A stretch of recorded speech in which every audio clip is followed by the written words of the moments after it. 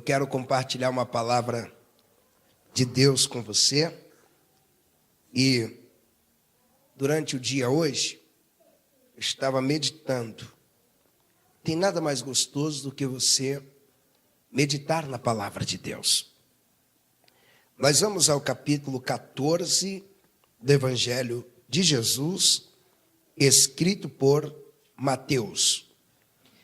Evangelho de Jesus escrito por Mateus, capítulo de número 14. Se você trouxe caneta, trouxe papel e quer anotar alguma coisa, fique à vontade, porque coisa boa é bom nós anotarmos. Nós vamos ter mais facilidade de lembrarmos quando precisarmos dessas coisas. Capítulo de número 14 do Evangelho escrito por Mateus, nós vamos ler o verso de número 22 a seguir. E preste bem a sua atenção, redobre ela, porque uma palavra pode mudar tudo. Você lembra do centurião? Ele olhou para Jesus e disse: basta só uma palavra, só isso. Ele disse: não precisa que o Senhor vá. Não precisa que o Senhor toque em mim, que abrace nada. Uma palavra só pode mudar tudo. Então, uma palavra liberada no altar hoje pode mudar toda esta situação que você está vivendo. Pode resolver tudo. Você consegue acreditar nisso? Capítulo 14, verso 22. Olha o que diz. E logo ordenou Jesus que os seus discípulos entrassem no barco e fossem adiante para outra banda, enquanto despedia a multidão. E despedida a multidão, subiu ao monte para orar à parte. E chegada já a tarde, estava ali só. E o barco estava indo no meio do mar, açoitado pelas ondas, porque o vento era contrário. Mas à quarta vigília da noite, dirigiu-se Jesus para eles, caminhando por cima do mar. E os discípulos, vendo-o caminhar sobre o mar, assustaram-se, dizendo: é um fantasma, e gritaram com medo. Jesus, porém, lhe falou logo, dizendo: tende bom ânimo, sou eu, não temais. Respondeu-lhe Pedro e disse: Senhor, se és tu, manda-me ir ter contigo por cima das águas. E ele disse: vem. E Pedro, descendo do barco, andou sobre as águas para ir ter com Jesus. Mas sentindo o vento forte, teve medo e, começando a ir para o fundo, clamou, dizendo: Senhor, salva-me. E logo Jesus, estendendo a mão, segurou-o e disse-lhe: homem de pequena fé, por que duvidastes? E quando subiram para o barco, acalmou o vento. Eu quero falar hoje com vocês sobre o tema: a estrutura faz a diferença. Olha para alguém ao seu lado e diga assim: a estrutura faz a diferença. Eu sei que todos nós já estamos familiarizados com esta ideia, a ideia de estrutura, visto porque nós vivemos em uma região onde sempre está tendo uma construção. Talvez você assistiu toda a construção da sua casa. Você viu o terreno quando não tinha nada e você foi acompanhando a colocação de cada bloco, cada tijolo e como as coisas foram feitas. E nós sabemos que o que determina se uma casa vai permanecer de pé é a sua estrutura. É a estrutura que é o fator determinante. Se a casa vai cair ou se a casa vai ficar de pé. Mas é lógico que a estrutura não é visível. na maioria das ocasiões. Por exemplo, nesse templo aqui, pouco você vê a estrutura. A estrutura está aqui escondida nas ferragens, no concreto. Ela está escondida por debaixo, no alicerce da casa. As sapatas que são feitas, é aí que está a estrutura. E esse edifício, ele só pode ficar de pé se ele tiver uma boa estrutura. A mesma coisa é quando você olha uma árvore. Você olha uma árvore, pode ser um pé de laranja, de abacate, manga. Você só vê os frutos bons ou as folhas e o tronco. Mas a estrutura da árvore, o que é? A raiz que está sustentando ela, você não consegue ver. Você não consegue perceber. Na maioria das vezes, ela acaba ficando escondida. E na vida nós também temos a estrutura. E tudo que vai definir na nossa vida vai depender da nossa estrutura. Porque existem pessoas que quando estão desempregadas continuam crentes normalmente. É por causa do quê? É que Deus para ela é diferente? Não. Está na estrutura. Porque existem pessoas que quando enfrentam uma crise conjugal, o que elas fazem? Vão para o bar, aí bebe, liga para todo mundo, causa um desespero. E tem outros que enfrentam uma crise conjugal tranquilo, suave. E quando alguém diz, como você está enfrentando isso? Essa pessoa diz, sabe como? Eu tenho um Deus em quem eu confio. E eu tenho estrutura. É a estrutura que fortalece. Às vezes você não entende por quê alguém consegue permanecer crente ao longo de 10 anos, 20 anos, 30 anos. Qual é o segredo que faz alguns continuarem e outros retrocederem? O segredo está exatamente na estrutura. Você vai lembrar que Jesus falou uma vez sobre 2 casas. Ele disse que um homem sábio, ele edificou a sua casa na rocha. Ou seja, ele procurou estrutura. Ele não foi procurando qual era o terreno mais fácil. Se ele procurasse o mais fácil, ele iria fugir da rocha, porque a rocha é o mais difícil. Diz que ele procurava a estrutura. E ele então fez a sua casa sobre a rocha. Já veio um outro procurando facilidade. Ele encontrou um terreno arenoso. Geralmente os terrenos arenosos são planos. Quando ele deu uma olhada naquele negocinho plano, ele disse, é aqui mesmo. É aqui que vou fazer, vai acontecer. Talvez eles começaram no mesmo tempo. O homem que começou construindo o terreno arenoso, lógico, terminou mais rápido. Ele encontrou um terreno macio, não muito duro, ou, aliás, nada duro. Rapidinho ele ergueu a sua casa. Mas diz o texto que depois que a casa estava pronta, olha o que aconteceu. Jesus disse que correram os rios, sopraram os ventos e desceu a chuva. Então aquelas casas, as duas, elas foram assoladas de todos os lados. Primeiro, por cima, chuva. Aquele homem foi olhar para cima, chuva. Vou dobrar o joelho e vou olhar para baixo. O rio está correndo. Eu vou chamar alguém. O vento está soprando ao lado. Então estava cercado de problemas. Mas como a chuva é passageira, o vento é passageiro, e o rio também é por fase, porque o rio não é cheio o tempo inteiro. Quando o rio baixou, a chuva passou e o vento acalmou, só uma casa estava de pé. E qual casa que estava de pé? Aquela que estava na rocha, aquela que tinha estrutura.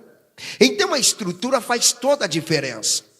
O que está precisando em você é você mexer na sua estrutura. Porque quem te olha por fora vê que você está bem, mas a sua estrutura é o que não deixa você estar bem.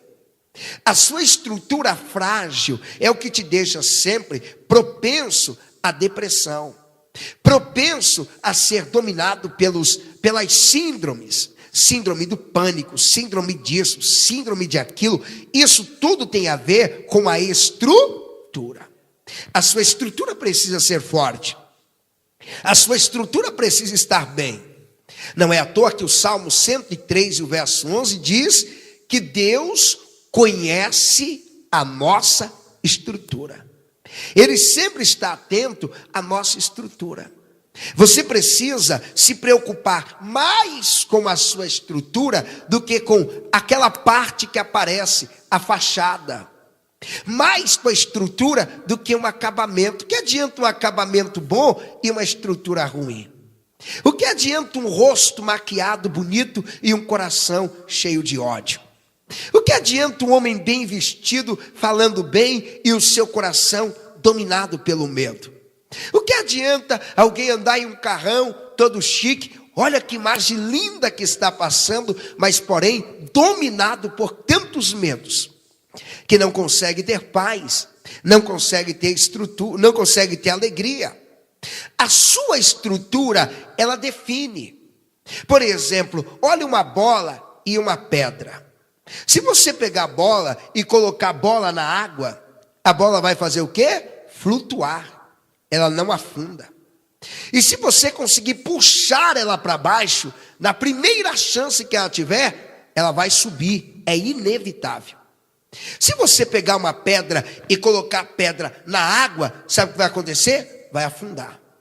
E quanto mais profundidade houver, mais a pedra vai procurar.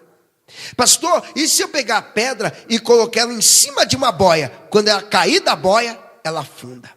A primeira chance que ela tiver de afundar, ela vai afundar mesmo. Você sabia que tem pessoas que parecem com a bola e outras parecem com a pedra? Tem gente que na primeira crise que tem, afunda, é uma pedra. A crise é como a água, e a primeira dificuldade que tem, mergulha, afunda, se perde, se acaba e se apedra, diferente da bola. A bola você pode arremessá-la para baixo na água, e dependendo da profundidade que ela tiver, quando ela sair de lá, ela vai dar um salto bem alto. Sabe por quê? A estrutura da bola não é para ficar no fundo. A estrutura da bola só combina em estar por cima da água. A estrutura da bola só combina em estar em cima. Pastor, e se houver correnteza? Ela vai em cima da correnteza. E se a água for gelada? Ela fica em cima do gelo. E se a água estiver agitada, houver maré e houver ondas, ela fica em cima das ondas. E se a água estiver parada, fica em cima da água parada. Ela não afunda. Agora a pedra, se a água é agitada, ela afunda. Se a água é parada, ela afunda. Se for tempestade, ela afunda, porque vai depender da estrutura. Talvez você está afundando, qualquer crise te faz afundar. Pessoas que são pedra causam um problema tão grande até para os amigos, porque quando ouve dizer que vai estar e vai ficar desempregado, perde toda a estrutura, já entra em pânico, a família fica preocupada. Ai, fulano vai perder o emprego. O Beltrano está tendo uma crise no casamento. Liga para ele não perder a cabeça, para que não vá beber, para que não deixe de ir para a igreja, porque é pedra. Pedra é assim. Na crise, afunda. Mas você vai ter a estrutura como uma bola. Mas não é uma bola murcha, não. Tem gente que tem estrutura de bola, mas uma bola murcha. Você vai ser uma bola cheia. Ei, quando alguém olhar para você, vai ele lá, aquele crente é bola cheia. E aí, está tendo crise no Brasil? Tá. E aí, ele está por cima da crise. Ele não afunda. Olha para alguém assim, levanta o dedo, aponta bem na direção dessa pessoa. Pode apontar no nariz e dizer: nessa crise você não vai afundar, porque a sua estrutura é diferente. Se você crê, dá um glória daquele tamanho que você dá. A sua estrutura faz a diferença. E o texto que nós lemos aqui, ele trata de dois homens no mesmo ambiente, mas um de estrutura e o outro sem estrutura. A Bíblia diz que na ocasião, Jesus havia despedido a multidão. E quando Jesus despede a multidão, ele vai orar. Sabe por quê? Jesus tinha uma vida de oração, de maneira que ele não deixava os amigos atrapalharem a sua vida de oração. Porque tem pessoas que oram, mas quando vai alguém na sua casa, sabe o que faz? Não, hoje eu não vou orar porque eu tenho visita. Não, hoje eu não vou orar porque Jesus não. Jesus deixava a visita, despedia das pessoas. Ele dizia, o principal é orar. Jesus vai orar. Mas na ocasião ele já havia colocado os seus discípulos no barco. E dito, vocês vão de barco. Senhor, e o Senhor vai como? Eu me viro. Deixa. Sabe quando você responde como líder, como um pai, como alguém que é que está comandando a equipe diz, você, não, eu me viro, eu vou dar meu jeito, fica tranquilo. E os discípulos vão saindo, olhando para Jesus, Senhor, eu vou dar o meu jeito. A Bíblia diz que os discípulos entram no barco, e o bonito daqueles discípulos é que eles estavam remando. A noite chegou e eles continuaram remando. O vento contrário soprou e eles continuaram remando. Aqui está um segredo. Você não pode parar porque o vento soprou. Não é porque o vento soprou na direção da sua embarcação que você vai deixar de vir para a igreja. Que você vai deixar os seus objetivos. Abrir mão dos seus sonhos. O vento sopra e eles estão remando. A tempestade vem e eles estão remando. De repente, Jesus vem caminhando por sobre as águas. Imagina, tempestade. Geralmente quando vem tempestade, às vezes aparece lá alguns fenômenos, como raio. A noite fica meio diferente e já suspeita, algum bicho deve vir aí. Uma assombração. Se é no Brasil, vai dizer uma mula sem cabeça, um saci pererê. Lembra da época, a loira do banheiro? Quantos homens aí que estão aqui rindo, que chegou quase a fazer as coisas na roupa para não ir no banheiro da escola. A loira pode estar lá. Só conversas. E diz o texto que quando Jesus vem, eles gritaram. Você já imaginou o que é 12 homens gritando? 12. Eu não estou dizendo de um não, é 12. Socorro! Ai, eu vou morrer. Tá vindo. E agora eu já imagino que o nervosão já pegou logo o remo e disse, se vier eu quebro, meu. Se vier eu quebro no remo. Aí dá um remo para mim. Não, eu que vou quebrar. O Pedro que tinha a espada também. Quando eles estão em meio ao susto, em meio àquela situação, sabe o que diz a Bíblia? Que de repente, Jesus, de longe, diz para ele, sou eu, não temas. Olha o que Jesus diz. No meio dessa tempestade, sabe o que Jesus está dizendo? Não temas. Sabe o que Jesus está dizendo? Eu estou na mesma tempestade que vocês. Eu estou no mesmo mar que vocês. Não temas, eu estou com vocês. Jesus está dizendo, eu estou nessa crise com você, eu estou nessa dificuldade com você, eu estou te ajudando, não temas. Só quem está recebendo isso, dá um glória bem alto, não temas. Se é para aplaudir, vamos fazer bonito. Jesus então diz para eles, não temas. Aí o Pedro, que gostava de desafio, é legal ver gente que gosta de desafio. Eu mesmo me identifico muito com pessoas que gostam de desafios. Eu me identifico muito com pessoas que sonham. Mas eu estou dizendo pessoas que sonham aquilo que está fácil alcançar. Eu gosto de ver pessoas que sonham com coisas grandes, impossíveis. Eu gosto de ver pessoas que estão aqui no culto e quando alguém diz, vamos abrir uma loja, diz, não pastor, já estou querendo montar um shopping center. Eu diz, o quê? Eu gosto desse tipo de pessoas. Eu gosto de pessoas que quando você está orando e dizendo, nós vamos orar para você conseguir um emprego, me interrompe às vezes, diz, pastor, emprego não, eu vou gerar emprego. Aí você pergunta, e você trabalha no quê? Não, estou desempregado, mas eu creio. Eu gosto de pessoas assim, a fé em alta. Como está a sua fé? E posso contar algo para você que é um adulto, você que é mãe, você que é pai. A coisa mais deprimente que tem para a família é um pai que não tem fé. É uma mãe que não tem fé. Sabe por quê? Conta contagia todos os filhos. Agora, a coisa nobre é ter um pai cheio de fé. Olha para o filho e diz: vai porque você consegue, vai porque vai dar certo. Ah, que você olha para ele e diz: eu estou com medo de fazer a prova. E ele diz: está com medo por quê? Você esqueceu quem é o seu pai? Você esqueceu quem é o seu Deus? Você esqueceu da inteligência que você tem? Vai para cima, você vai. É disso que eu estou falando. E Jesus, quando ele se manifesta, o Pedro já toma a frente. E o Pedro diz: se é o Senhor, me manda aí ter contigo. Mas não é de barco, não. Não me manda remar até aí, não. Não, eu quero ir andando igual o Senhor está fazendo. Você está achando que Jesus não gostava de desafio? Jesus Vem, Pedro. Vem. Jesus está dizendo: se eu posso, você também pode. Vai depender da sua estrutura. Aí o Pedro salta do barco. Imagina os outros olhando e disse: morreu, numa tempestade dessa, num agito, a casa caiu, já era. O Pedro, vai não. Alguém dizendo: vai não. Tentaram segurar ele. É coisa normal de homem. Se você estivesse lá, ia tentar segurar ou não ia? Lógico. O camarada quer se jogar na água, no meio da tempestade, no escuro, e a gente já sabe, não dá para mergulhar e encontrá-lo se acontecer alguma coisa. Não, o Pedro se solta e vai. Quando ele vai andando, primeiro passo, segundo passo, lá vai ele. Diz o texto que de repente ele olhou para o vento.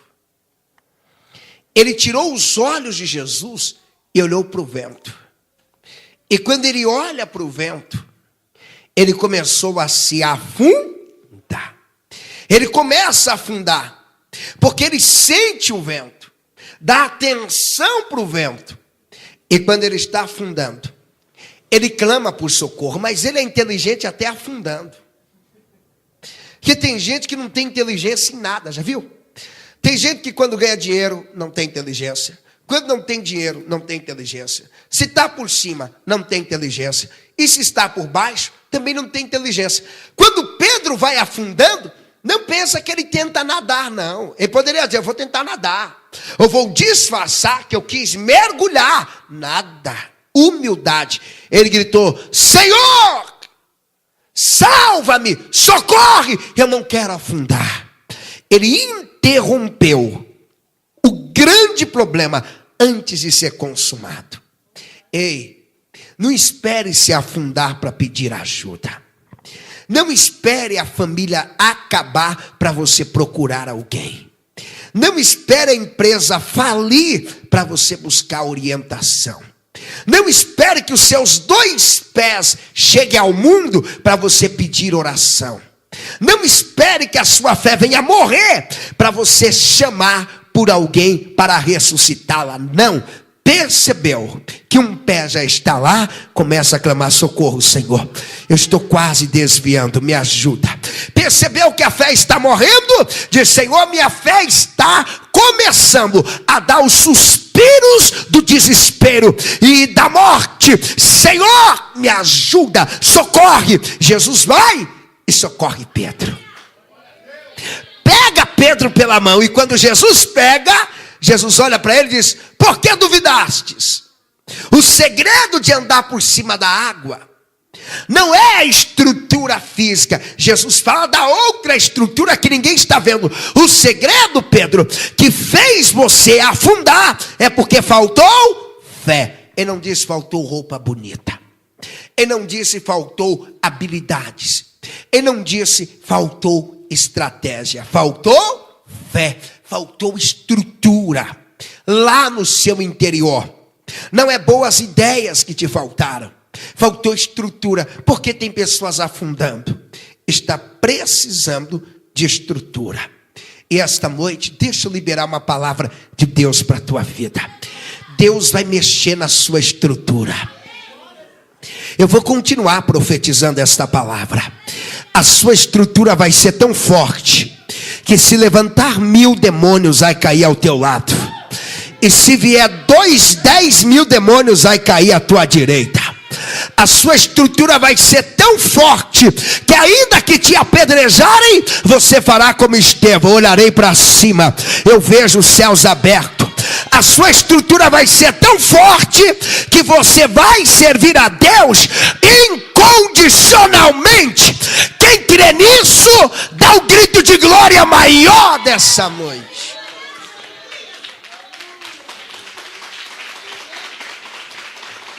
Oh, glória! É a estrutura. Você sabe o que você está precisando? Não é um carro melhor, não é uma roupa melhor, é de estrutura. Porque você desaba tão fácil? Porque tudo te dá um desespero? Porque você mesmo sabe que você faz tempestade em copo d'água. Você mesmo sabe. E é engraçado que quando a pessoa cai na real, ela diz: meu Deus, não sei como eu estava brigando por isso. Por essa coisinha, isso aqui foi nada. E eu estava em desespero. Está faltando estrutura. E uma estrutura não se faz fácil. Você sabe disso. Vamos falar da estrutura que nós estamos aqui. Estrutura, não acabamento. Essa estrutura aqui é feita de, primeiro, água. Vai água em tudo. Aí vem areia, cimento e pedra. Começa a estrutura. Mas não vai só areia, cimento e pedra. Ainda tem que colocar o quê? Ferro. Olha quantos componentes vai para fazer a estrutura. Pastor, e como que um crente monta a estrutura dele? Porque tem crente que não tem estrutura. Tem que ser montada a sua estrutura. Deixa eu repetir isso. Tem pessoas que chegaram aqui e não têm estrutura nenhuma. Sua estrutura é zero. Pastor, o que tem que fazer? Tem que montar a sua estrutura. Tem outros que têm uma estrutura, mas a estrutura já está fraca. Você já viu um ambiente quando a estrutura está fraca? O que faz? Abre a parede e começa a colocar mais colunas na estrutura. Vai colocando colunas, concreto, ferro, para fortalecer a estrutura que já tem estrutura, mas a estrutura está fraca. Como que você está hoje? A sua estrutura está fraca ou não existe mais estrutura? Ou você serviu a Jesus até hoje sem nenhuma estrutura? Eu já vi casas sem nenhuma estrutura. É normal você ver casas construídas em alguns lugares sem nenhuma estrutura. Eu já vi casas que eu fiquei procurando, cadê a coluna dessa casa? Não tinha. Atravessaram os tijolos de um jeito, jogaram umas telhas simplesinha em cima, e sabe o que eu achei engraçado? É que na garagem dessa casa tinha um carro. Automaticamente a minha mente já fez o juízo. Porque esse homem, ao invés de comprar o carro, ele não fortaleceu a estrutura da casa. Essa casa pode cair e acabar com o carro dele a qualquer momento. Foi o que eu fiquei pensando. Há pessoas do mesmo jeito. São casas de Deus, templos do Espírito Santo, mas não tem estrutura. Qualquer hora que o vento soprar, está prestes a cair. Tem uns que a falta de estrutura é tão grande que ele já diz: eu estou na igreja, mas não sei até quando. Não tem estrutura. Mas tem crente tão estruturado que quando você diz: até quando você vai ficar na igreja? Sabe o que ele diz? Até o soar da última trombeta, filho. Se ela não tocar, eu vou ficar velhinho dentro da igreja, dando glória a Jesus, dando aleluia. Eu vou ficar velhinho expulsando demônios. Eu vou ficar velhinho consolando os tristes. Eu vou continuar velhinho dando glória, servindo a Jesus em santidade. Isso é estrutura. Dá um glória, porque é isso que Deus quer te dar. Deus quer te dar essa estrutura. E eu numerei algumas coisas que faz a estrutura do crente. Se você não tem esses componentes, é porque a sua estrutura já está comprometida. Talvez você conheça alguém com a estrutura comprometida. Eu sempre vejo crentes com a estrutura comprometida. Até aqui na igreja. Tem pessoas que eu converso muito, oro muito, mas eu já vejo uma estrutura comprometida. Qualquer hora vai cair essa casa. Qualquer hora vai desabar. E a gente ora muito, mas o triste é que só o proprietário da casa pode fortalecer a estrutura. Ninguém mais pode. Por exemplo, se eu for na sua casa e ver a estrutura ruim, eu não posso chegar lá no outro dia com a marreta, com talhadeira, com equipamento, ferro, cimento e dizer, eu vou arrumar a sua casa. Você pode dizer, e eu estou pedindo? E aí, quem te deu ordem para isso? Então não posso. Só você pode mexer na sua estrutura. Primeira coisa que você vai precisar para ter estrutura, oração. Olha para alguém e diga, sem oração, a casa vai cair. Isso, primeiro, oração. Sem oração, quando vem a tempestade, você não é igual a bola, você é a pedra, afunda mesmo. Sem oração, nada flui. Primeiro, eu sempre falo aqui de oração. Não estou dizendo daquela oração doida, sem sentido. Tem gente que só faz oração doida. Por isso que tem pessoas que não querem orar. Porque aprenderam que orar é ficar falando, blá, blá, blá, blá, blá, blá, blá, meu Deus, meu pai. Blá, blá, blá, blá. Não, o povo não quer orar assim. Oração é comunicação. Oração não é procurar um motivo para orar. Motivo tem de monte. Você quer ver um motivo para mim orar agora? Deus, obrigado por esse microfone. Olha que microfone. Como me ajuda? Ah, outro motivo para orar? Ah, pastor, não tem. Ah, Deus, olha que livro fantástico isso. O senhor foi muito inteligente. Ah, mais que a inteligência. Porque olha o livro que o senhor criou. E quer ver outro motivo? Deus, essa roupa que eu estou. Uau, que legal. Ó, deu certinho comigo. Uau. Você quer ver outro motivo? Vocês sorrindo agora. Deus, que bom ver as pessoas sorrindo. Imagine todo mundo com a cara feia me olhando. Como eu vou te devorar. Não, vocês estão com um semblante tão leve. Isso aqui já é motivo para orar. É motivo para orar quando o papai te dá um beijo. Quando você abraça a mamãe. E você olha para essa mãe chata. Folgada algumas. E você diz, Deus, obrigado por essa folgada. Ela é única. Ah, não existe outra. E mãe é tão única que você não consegue trocá-las por nada e por ninguém. Só tem essa. Só essa. É motivo para você orar. Tem gente que acha que só o diabo vai dar motivo para orar. Só lembra de Deus quando vê alguma coisa de, ai, Satanás, ó Deus, ó o Satanás aí. Até Deus olha para um crente desse e só lembra de mim quando vê o negócio ruim. Por que não lembra de mim quando vai comer um chocolate? Uau! Por que não lembra de mim quando vai comer aquele lanche saboroso? É o momento de você orar. Orar é se comunicar. Orar é conversar. Você já viu quando você tem um amigo muito chegado?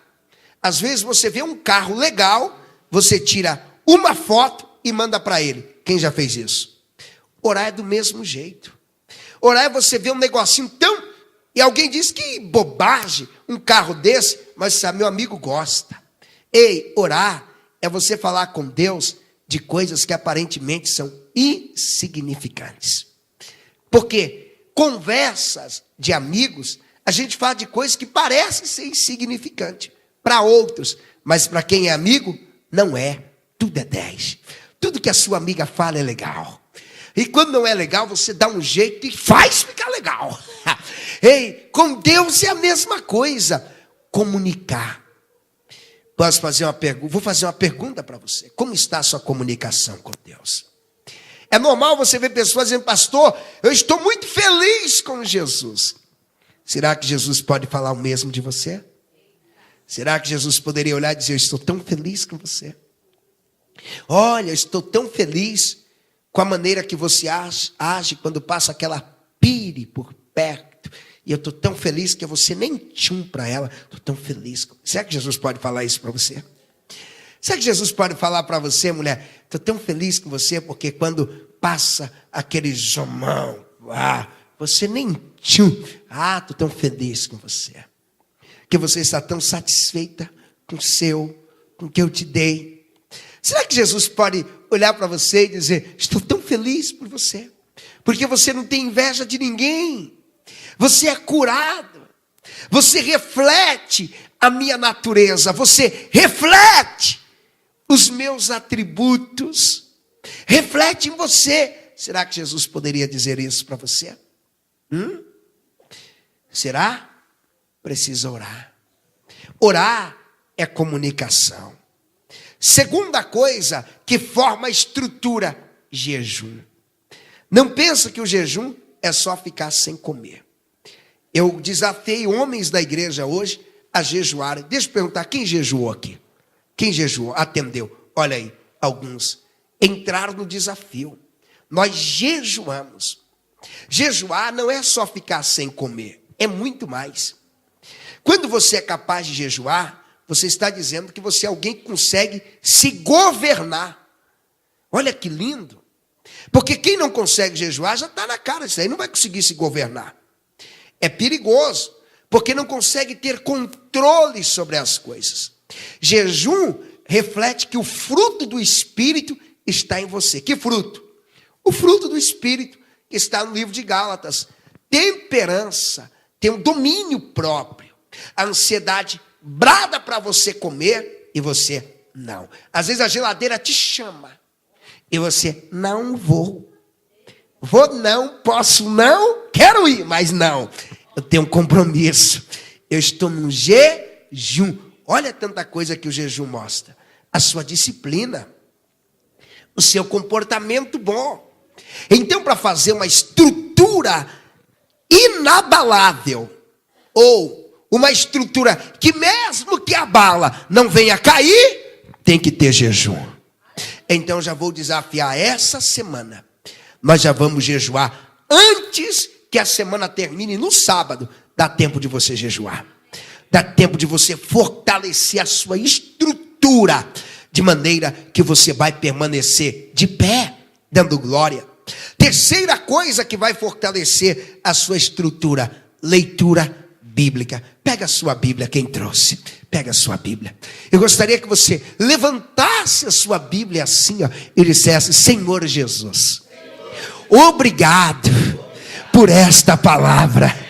Ela me alimenta, é ela que me guia e fortalece a minha estrutura. Oh, glória! Você pode dar um glória bem alto? É essa palavra. É essa palavra. Escuta.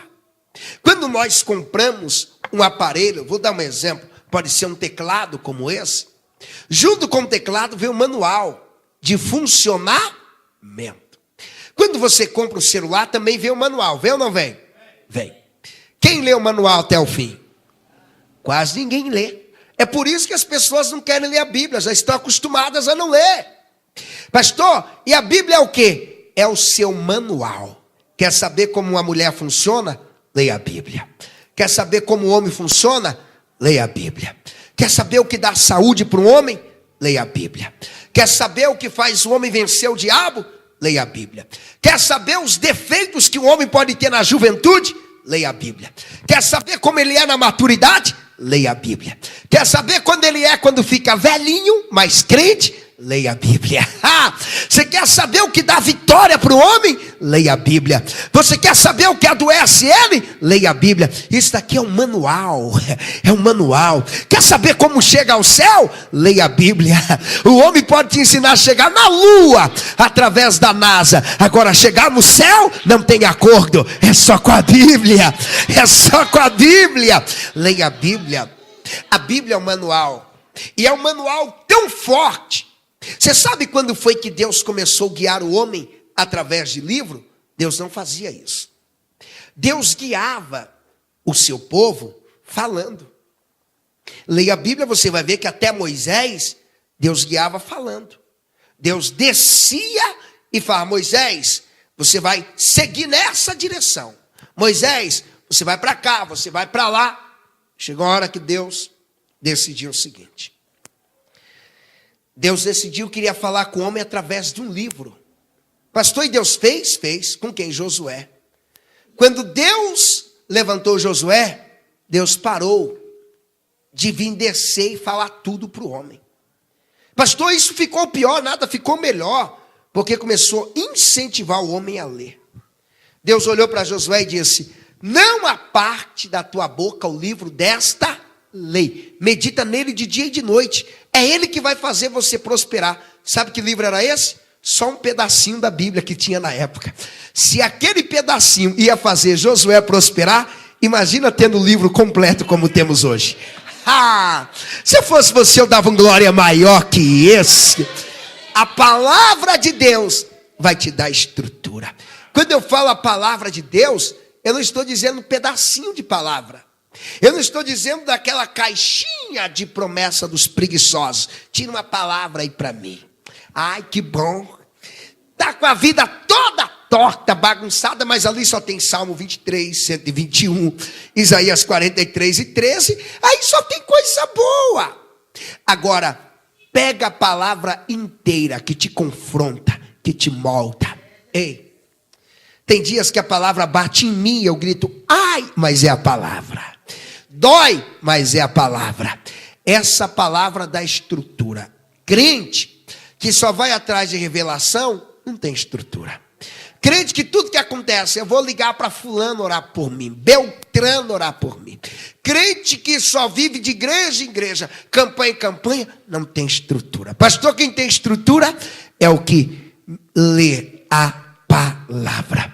Por isso Apocalipse diz, bem-aventurado aqueles que leem e ouvem as palavras dessa profecia. Pastor, o que mais precisa para ter uma estrutura boa? Primeiro, oração. Segundo, jejum. Terceiro, leitura bíblica. Quarto, meditação. Pastor, o que é meditar? Sussurrar a Bíblia. Quem aqui tem o costume de cantar sozinho, às vezes durante o dia? Quem tem? E quem não canta que só fica assim... Ninguém entende, mas diz que está cantando. Quem faz essas coisas? Eu faço mesmo. Eu prego sozinho, não tem crise não. Pastor, o que é meditar? Meditar é isso. É você sussurrar, falar baixinho as escrituras. Meditar é você, Senhor, meu pastor, nada me faltará. O Senhor é o meu pastor, bem baixinho. Meditar é isso. É você pegar lá o Salmo 121. Meditar. Por isso que o salmista diz, antes o varão abençoado tem o seu prazer na lei do Senhor, e ele sussurra ela de dia e de noite. Aí diz, por causa disso, ele será como a árvore plantada junto ao ribeiro, a qual dá o fruto na estação própria, cujas folhas não caem, e tudo, oh glória, aqui que eu gosto, e tudo quanto fizer, ou seja, tudo que fizer, cantando, namorando, pregando, profetizando, trabalhando, andando, fazendo amizade, tudo quanto fizer, prosperará. Quem pode dar o grito bem alto?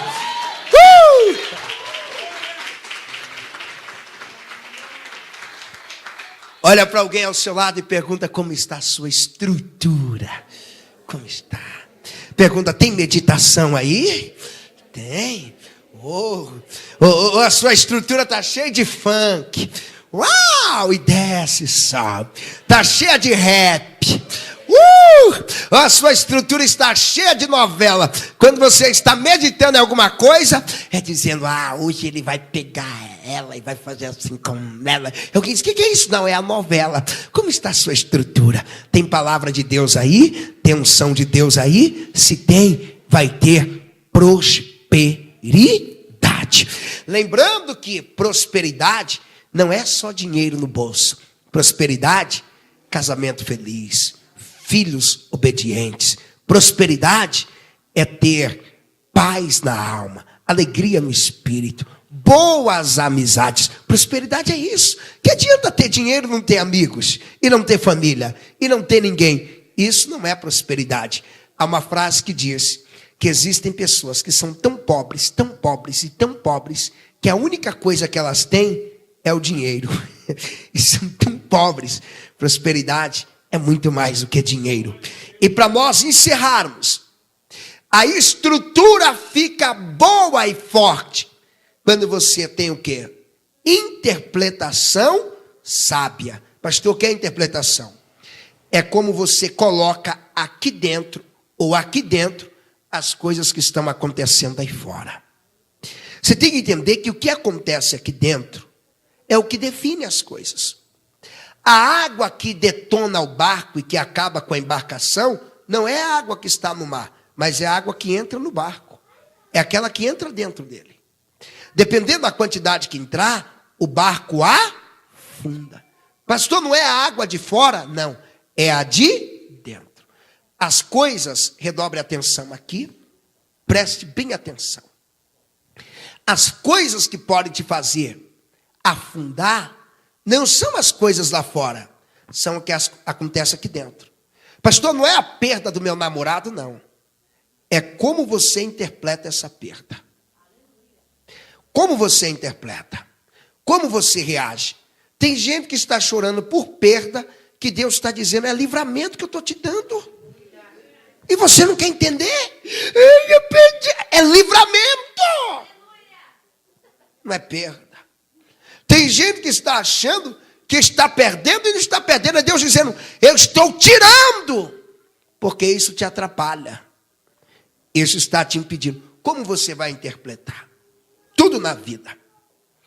Existe uma famosa regra, chamada regra 10/90. Vamos repetir, regra o quê? 10/90. Vamos repetir de novo, regra o quê? 10/90. Essa regra diz que o problema sempre é 10%. Pastor, e 90%? É como reagimos. Pastor, eu fiquei desempregado, isso é 10%. Pastor, e 90%? O que eu vou fazer desempregado? E aí, eu vou ficar em casa, revoltada, culpando o chefe, ou revoltado, culpando alguém, culpando o governo, culpando a crise?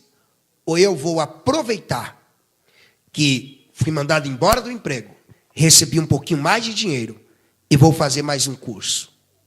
E vou pegar esse dinheiro e vou estudar mais um pouquinho e me preparar mais para o mercado de trabalho. Ah, pastor, a namorada foi embora. E aí? Ela foi embora, você vai fazer o quê? Entrar em pânico? Vai morrer? Ou vai se enforcar no rolo de papel higiênico? Você vai fazer o quê? Vai entrar em desespero? Não, ela foi embora. Olha o tempo que você gastava com ela. E o dinheiro que você gastava, porque namoro é caro, viu? Por isso que eu digo, namoro é luxo, é para quem pode. É isso mesmo. Pastor, eu sou pobre de maré, mas vai namorar para quê? Não tem condições de tomar um picolé, tomar um açaí. Pastor, eu não vou namorar, fazer o quê? Vai estudar, filha. Vai estudar, filho. Para ter condições de namorar um dia. Ei, perdeu? Faz o cálculo. Por exemplo, pastor, esse namoro, todo final de semana custava uma pizza. Uma pizza boa é uns 30 cruzeiros. Mas no refri, não sei o quê, 50 por semana. Então já é 200 só na pizzaria. Aí você já fala, rapaz, está sobrando 200. Uau! Aí você vai lembrar, poxa, pastor, gastava 1 hora de telefone por dia. Fala, pô, com 1 hora? 1 hora de leitura? Uau, vou ler muito livro. Vou entrar em pânico para quê? Nada. Eu vou interpretar e ver o que eu estou ganhando enquanto eu perco. Quem está entendendo? Porque você está perdendo e Ei, acorda para a vida. Aprenda a interpretar as circunstâncias. É por isso que Paulo era tão inteligente que Paulo dizia que todas as coisas contribuem juntamente para o bem. Olha o que Paulo está dizendo. Paulo está dizendo isso por quê? Ele está dizendo, eu sei interpretar as coisas. Eu sei entender as coisas. Pastor, mas o Estevão morreu. Contribuiu para o bem. Quando Estevão morre, ficou provado para todo mundo que existem pessoas que amam tanto a Jesus, que amam a Ele mais que a própria vida. Olha que coisa boa. Ei, e quando você tem uma crise tão grande, você lê a história de Estevão, você se sente motivado a continuar. Sim ou não? Contribui para o bem. Como você está interpretando? A crise chega, você quer fazer igual o quê? Aquele avestruz do desenho animado? Que enterra a cabeça para não ver nada? A crise chega, faz igual os golfinhos. Dizem que os golfinhos, eles têm o cérebro mais inteligente do que o do homem. Se assustaram estudando os golfinhos. Diz que eles são capazes de conversar na linguagem deles lá, que eu não sei qual é o nome. Eles conversam 5 assuntos ao mesmo tempo. Ah, se assustou? 5. E diz que o golfinho é o seguinte, ele é treinado para dar aquele show. Se vocês nunca assistiram, quando ouvir dizer que tem um, vale a pena você ir. Vale a pena. Se mova e vá, porque é muito bonito. Aí os golfinhos, eles começam a fazer lá o showzinho, pula e nada, e não sei o quê, faz um monte de coisa. Mas só quem não é bobo, ninguém faz nada de graça. É isso que você tem que aprender, a lei da recompensa. Cada vez que o golfinho dá um pulo legalzinho, ele ganha o quê? Um peixe. O que o golfinho entendeu? Cada vez que eu atendo a expectativa de alguém, eu ganho uma recompensa. Essa lei da recompensa, você tem que aplicar em tudo. Tudo. O filho fez um negócio legal, recompensa ele. A esposa fez um negócio, recompensa ela. O marido fez, recompensa. A lei da recompensa. Aí chega uma hora que o golfinho, ele não ganha mais o peixe. Aí ele pulou, não deram o peixe para ele. Ele pula de novo, ninguém dá o peixe. Tem gente que já desiste na primeira. Eu vou ficar tentando não conseguir? Desisto. Sabe o que o golfinho faz? Ele mergulha, fica lá no fundo. Daqui a pouco ele salta de lá com uma manobra totalmente diferente. Ele obriga o adestrador a dar o peixe para ele. Quando o adestrador vê aquele salto diferente, sabe o que ele faz? Não, vou te dar o peixe. Ele força a situação. Você tem que ser esse. Não é aquele que se prostra, eu vou vir. Não! Você tem que falar, se não deu certo, eu vou treinar, porque eu vou vir mais preparado, mais forte, mais alicerçado, e eu vou alcançar o meu objetivo.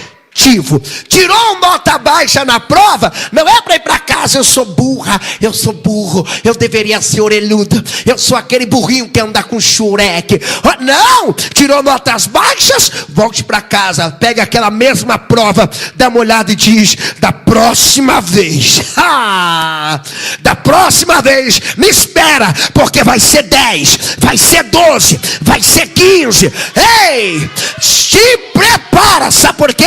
Deus vai te dar sabedoria para você interpretar todas as circunstâncias que ocorrem e colher lições positivas. Lembra, só existe um fracasso na vida. Pastor, quando é? Quando eu caio? Não. Se caiu e levantou, você não fracassou. Não, ninguém fracassa quando cai e levanta. Ninguém fracassa quando sai do caminho e volta. Você fracassa é quando você cai e fica prostrado. Você fracassa é quando sai do caminho e não volta mais. Mas se você se afastou e retornou, foi apenas um resultado desagradável. Isso não é fracasso. Deus te trouxe aqui para te dizer, no meio dos problemas, no meio das adversidades, eu te darei sabedoria e inteligência. Se tem alguém que acredita que Deus vai dar, erga as duas mãos e dê o maior glória da noite.